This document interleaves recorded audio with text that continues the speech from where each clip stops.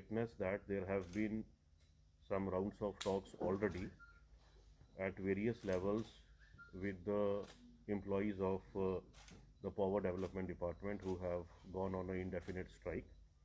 And just few hours back also we were there discussing the issues over with them. The press conference actually is to highlight certain points. I would just like to mention that the power sector reforms, they are inevitable. The government of India has clearly told us to ensure that the reformation is in place. Whatever funds and grants that are going to come now in the power sector are going to be linked with certain verifiable objective criteria and achievable parameters. The purpose and the intent is very simple. You are all aware the Honorable Lieutenant Governor UT of J&K has also said that the goal is 24 into 7 power supply, and that too assured and quality power supply. So that is the only simple intent behind all these measures.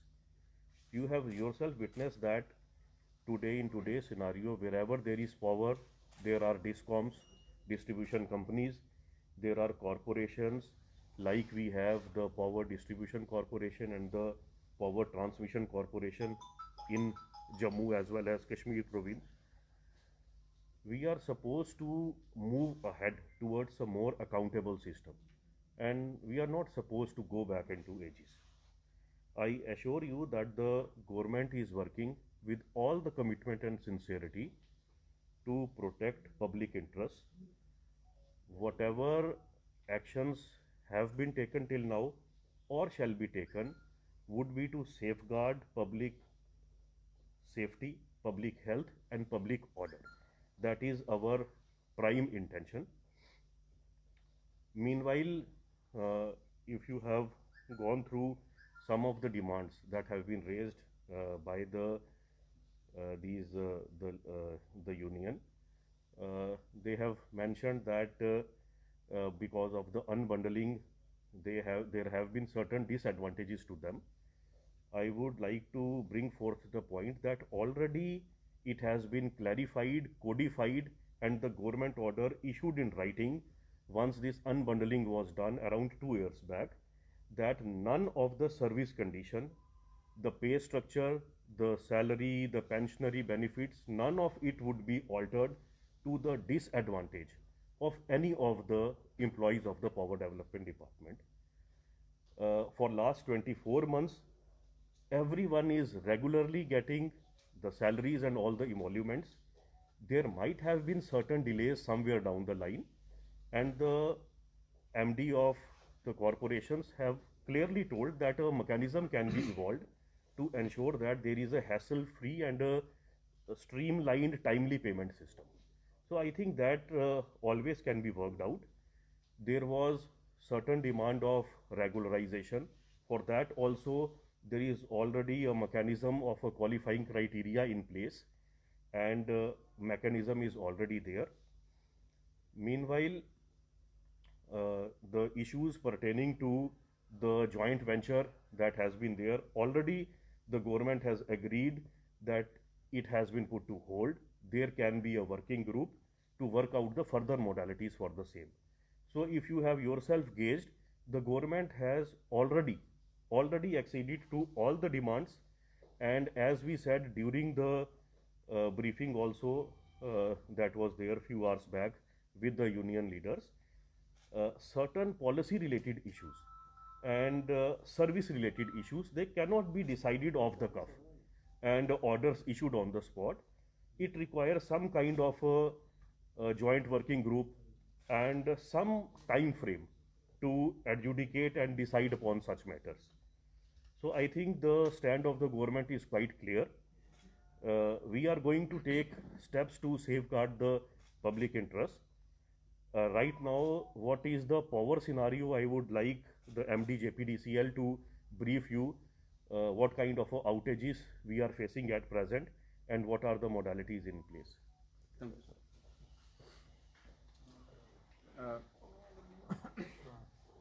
Regarding the power scenario, in the Jammu province, the 10 districts which are covered in Jammu province.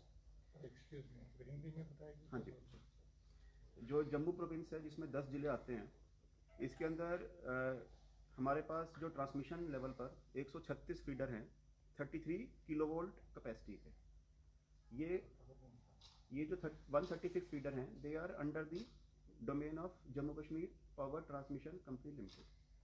इसके अलावा distribution and पे हमारे province में 1096 feeder हैं 11 kV capacity के। ये जो 1096 feeder हैं, ये हमारी डिस्ट्रीब्यूशन कंपनी के अंडर आते हैं। फीडर के अंदर आगे मतलब फीडर लगभग 25 से 40 किलोमीटर की लेंथ का एवरेज होता है, और सारे जो डिस्ट्रीब्यूशन ट्रांसफार्मर है उससे कनेक्ट होकर आगे बिजली देते हैं। जो मैंने 136 ट्रांसमिशन फीडर की बात करी, हमारा पहला ऑब्जेक्टिव था उसको ठीक करना, ताकि बिजली रिसीविंग स्टेशंस तक पहुंचे आगे डिस्ट्रीब्यूट करने के लिए। तो मैं बताना चाहूँगा 136 में से 50 फीडर हमारे जम्मू एंड आसपास के जो एरिया हैं वो 12 स्टेशंस के थ्रू चलते हैं। इन 12 स्टेशंस के अंदर अभी की स्थिति में 2 ही फीडर, अभी 2 के अलावा बाकी सारे फीडर हमने अप कर दिए हैं। हमारी जो टीम थी, हमारे चेयरमैन साहब, हम और हमारे कुछ हमारे साथ लोग थे, हमने मिलके सारे फीडर अप कर दिए।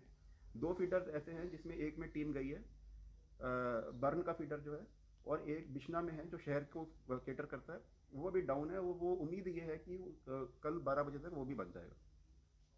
इससे कम से कम हमारे पास पीछे से पावर आना सुनिश्चित हो जाएगा।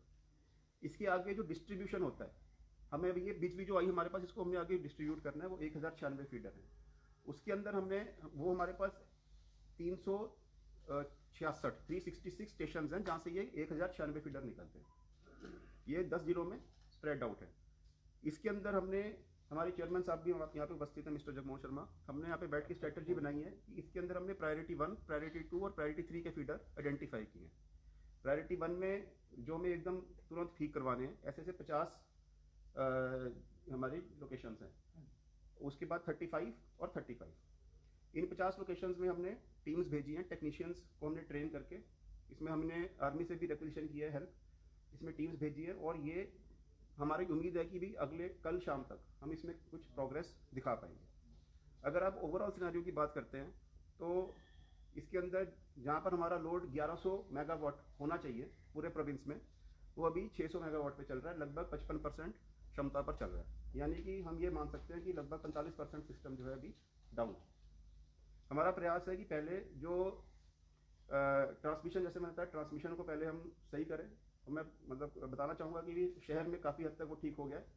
और इसके बाद हमारा अब सेकंड है, विच इज़ हमारी टीम्स ओवरनाइट भी काम करेंगी, क्योंकि अब जो डिस्ट्रीब्यूशन सिस्टम है उसके ऊपर हम मेहनत करके और आर्मी की और अदर एजेंसीज की हेल्प लेकर उसको भी हम रिस्टोर करें। जी, यहाँ एक क्वेश्चन आता है कि आप कह रहे हो कि हम उनको रेस्टोर करेंगे जो हमारे ट्रांसमिशन हैं। बड़ी बात इसमें यह है कि जो आपको आउटसाइड लाइनें लगी हुई हैं, उनको आर्मी कैसे रेस्टोर करेगी? Sir, I spoke to army officials on ground. They said that we won't be able to restore them. We can only operate them. This is on ground reality. आप इसमें मैं बताता हूँ। देखिए, army is not only restoring, please. हमारी एक joint teams बन रही हैं। हमारे पास एक टेक्निकल ग्रुप भी है, ठीक है, जो हमने वेरियस अपने जैसे कंपनीज के थ्रू जो हमारे साथ काम कर रहे हैं, स्पेशली RECPDCL जो गवर्नमेंट ऑफ इंडिया की कंपनी है, power grid corporation of India, इनके टेक्निकल वर्कर्स भी हैं, वो हमारे साथ इसमें इन्वॉल्व है।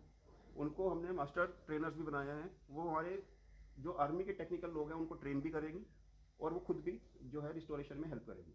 ऐसे 5-5, 4-4 लोगों के टेक्निकल दल बनाए गए हैं, और उनके साथ आर्मी स्क्वाड भी रहेगा, और वो जो वेरियस साइट्स है क्रिटिकलिटी के हिसाब से वहाँ पर जाकर जो संधारण का काम है, मेंटेनेंस और रिपेयर का काम है, उसको इम्प्लीमेंट करेंगे। अच्छा, एक बात मैं कहना चाहता हूँ।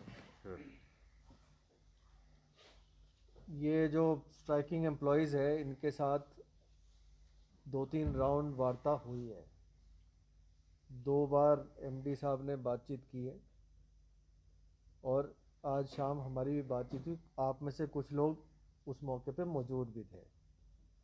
जो उनकी जो ग्रीवेंसेस हैं उनको पॉइंट वाइज रिड्रेस किया गया, जो कि MD साहब ने उस वक़्त वहाँ पे मौके पे बताया। कुछ इमीडिएटली रिड्रेस हो गए हैं, कुछ रिड्रेस एक प्रोसीजर के तहत होंगे जो कि हो जाएंगे। हमारी तरफ से उनको ये गुजारिश की गई थी कि लोगों को काफ़ी असुविधा हो रही है, जिसके कारण आप इस स्ट्राइक को, जो हमने आपको आश्वासन दिए हैं, उसकी बेसिस पे आप कॉल ऑफ कर लें। उस पे वो विचार कर रहे हैं। मुझे उम्मीद है कि वो विचार करके इसको कॉल ऑफ कर लेंगे। मीनवाइल लोगों की असुविधा जितनी भी कम की जा सके उसके लिए गवर्नमेंट की तरफ से प्रयास किए जा रहे हैं, जो कि आपको डिवकॉम साहब ने और एमडी साहब ने बताया।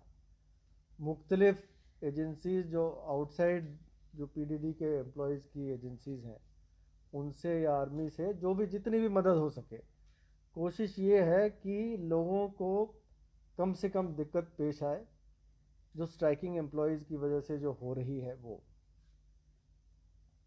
अभी भी हमारी बातचीत का सिलसिला जारी रहेगा और मुझे उम्मीद है कि ये जो स्ट्राइकिंग एम्प्लॉयज़ हैं वो हमारे आश्वासन से आश्वस्त हो जाएंगे और अपनी स्ट्राइक को कॉल ऑफ कर लेंगे और हम अपने प्रयास में किसी तरह की कोई कमी नहीं रखेंगे।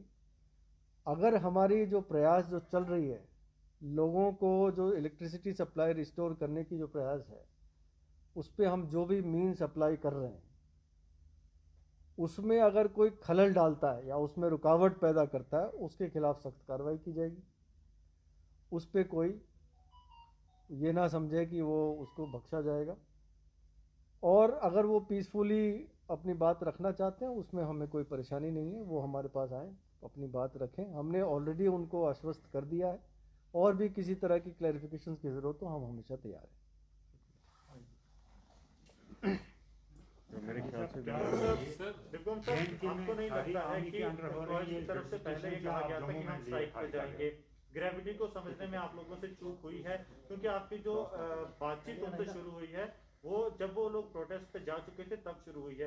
अगर ये पहले शुरू होती तो इस तरह के माहौल से बचा जा सकता था जब आपकी 45% इलेक्ट्रिसिटी जम्मू में डाउन है। मैं समझता हूँ महकमा और कॉरपोरेशन की तरफ से निरंतर वार्ता की प्रक्रिया जो है वो चल रही है और ऑलरेडी जो है वो इश्यूज अवेयर हैं and they are well settled also. आपने देखा होगा जो एमडी साहब ने जवाब दिया वो कोई एक दिन में फैसले नहीं लिए गए हैं, उनको बिल्कुल सोच विचार करके in the best interest of public and government interest को सेफगार्ड करते हुए उन फैसलों को लिया गया। तो ये कोई ऐसा नहीं है कि एट द लास्ट मोमेंट जो है something new things have come up. अगर लंबी चलती है तो आने वाले दिनों में किस तरह का जवाब? मैंने आपको बताया इनिशिएटिव लोगों को कम से कम कष्ट हो और जो मैक्सिमम हमारे वेयर विदौल में है। मैंने आपको बताया public health, public safety, winter conditions हैं। ऊपर जो हमारे ज़िले हैं पहाड़ी ज़िले, वहाँ पर हार्श विंटर कंडीशंस हैं। कोविड पेंडेमिक के मिडल में है हम लोग वेरिएंट ऑफ कंसर्न्स की बात कर रहे हैं आज की डेट में। हमारे कोविड मिटिगेशन मेजर्स चल रहे हैं, हम लोग कंटैक्ट ट्रेसिंग टेस्टिंग की बात कर रहे हैं, ट्रैकिंग की बात कर रहे हैं। तो उसके बीच में जितनी हमारे पास क्षमता है और जितनी एजेंसीज हैं उन सब का उपयोग लिया जाए। लेकिन सर आर्मी को बुलाया आपने, तो क्या सारी डिस्ट्रिक्ट्स में आर्मी की मदद आप लोग ले रहे हैं? जी देखिए, कुछ ऑपरेशनल मोडेलिटीज हम लोग शेयर नहीं करना चाहते।